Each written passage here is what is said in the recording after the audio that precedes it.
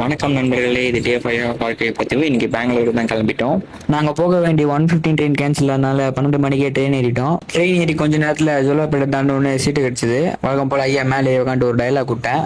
இப்ப நான் தான்டா ஊரோட டாப்ல இருக்கேன், மத்த எல்லாருமே எனக்கு கீழே தான். அப்படியே பெங்களூர் ரீச் ஆனோடனே ஒரு டீயை போட்டு ஸ்ட்ரெயிட்டாக மார்க்கெட் கிளம்பிட்டோம். மார்க்கெட்டை நீங்கள் மெட்ரோலையும் போகலாம், நடந்து போகலாம். மெட்ரோவில் போனோம்னா கொஞ்சம் லேட்டாக போனோம். சிக்பெட் மார்க்கெட் நீங்கள் ஃபஸ்ட் டைம் வரீங்கன்னா உங்களோட திங்ஸ் எல்லாம் பத்திரமா வச்சுக்கோங்க. இந்த மாதிரி உங்கள் ஃபோன் எல்லாம் வச்சு விளையாடிட்டு இருக்காதீங்க, அப்புறம் எவனாச்சும் அடிச்சுட்டு போயிடுவான். முடிஞ்ச அளவு சீக்கிரமாக போயிட்டீங்கனாலே நல்ல கலெக்ஷனை பார்த்து தேடி கண்டுபிடிக்கலாம். நாங்கள் போய் கொஞ்ச நேரத்துலேயே கடையெல்லாம் ஓப்பன் பண்ணிட்டாங்க. ஸ்ட்ரெயிட்டாக எல்லா ஜெர்சி பார்க்க போயிட்டோம். இந்த பெங்களூர் மார்க்கெட்டில் இல்லாததே கிடையாது. ஆன்டிக்ஸ்லேருந்து எலக்ட்ரானிக்ஸ்லேருந்து விண்டேஜ் ஐட்டம், ஷூ, ட்ரெஸ் எல்லாமே இருக்கும். ஆனால் அதில் மேக்ஸிமம் நிறைய யூஸ்டாக தான் இருக்கும். நீங்கள் நல்லா தேடி பார்த்து கண்டுபிடிச்சிங்கன்னா புதுசாகவே கண்டுபிடிச்சி எடுக்கலாம். ப்ரைஸஸும் பார்த்தீங்கனாலே ரீசனபிளாக தான் இருக்கும். எல்லாம் கரெக்டான ப்ரைஸஸில் தான் கொடுப்பாங்க.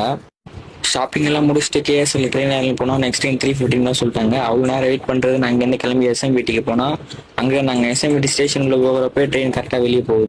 ட்ரெயினை மிஸ் பண்ண கடுப்பில் சாப்பிட்டு திரும்பி கேப் புக் பண்ணி கேஎஸ்ஆர்கே ரிட்டர்ன் வந்துட்டோம். இதுக்கு பருத்தி மூட்டை பேசாம குடோன்ல இருக்கலாமே.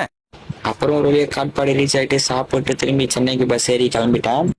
இது மாதிரி இன்னும் நிறைய விளாக் பார்க்க நம்ம ஐடியா ஃபாலோ பண்ணி வச்சுக்கோங்க. வீடியோவில் பார்க்குறீங்கன்னா சப்ஸ்கிரைப் பண்ணி வச்சுக்கோங்க. Tata, bye bye.